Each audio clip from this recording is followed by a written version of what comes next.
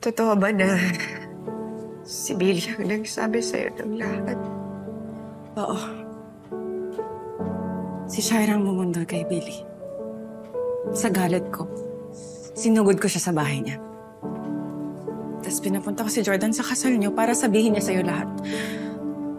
But I'm sorry, I should have told you once na malaman ko. Alam mo? Oo, alam ko. Alam kong magkapatid sila ni Leon. Pero hindi ko alam na si Shaira ang nag-utos na dukutin ka ni Leon. Saka ko na lang malaman yon nung nagsalita na si Billy. But I'm sorry, Christy. I should have told you. Natakot lang kasi ako. Natakot ako na baka ilayo ni Leon sa akin si Billy. Naiintindihan ko. Lahat naman tayo nagdedesisyon dahil takot tayo mawalan ng mahal sa buhay. Naiintindihan mo kung bakit ginawa ni Leon yun sa'yo? Galit na galit ako nung una. Pero nung nakita kong ililigtas ni Leon yung buhay ni Jordan,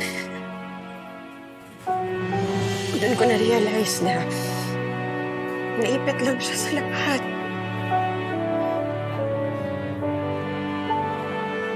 Hindi niya yung ginustong gawin.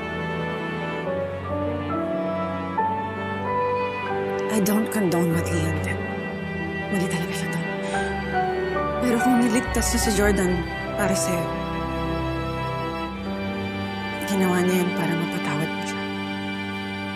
Pero sila pa rin sumira ng buhay mo, Christy. Siguro nga nakabayad na si Leon. Pero yung si Shaira, hindi pa. Hindi lang siya sa'yo may atraso. Sa akin din.